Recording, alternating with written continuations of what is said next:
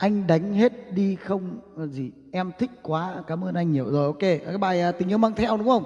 Rồi trước khi tình yêu mang theo thì với cái không khí như thế này thì các cụ đội mũ cối vào đi, mua cái mũ cối này vào, mũ cối cốt phít xịn đấy, đội vào thì mới đi, mới không sợ, chứ không thì mệt lắm. Hoặc là nếu mà mình ra cổng mình gặp nhau thì với cái tình trạng này thì cũng dễ lắm nhá. Đấy, xong là bắt đầu mình vào với tình yêu mang theo này.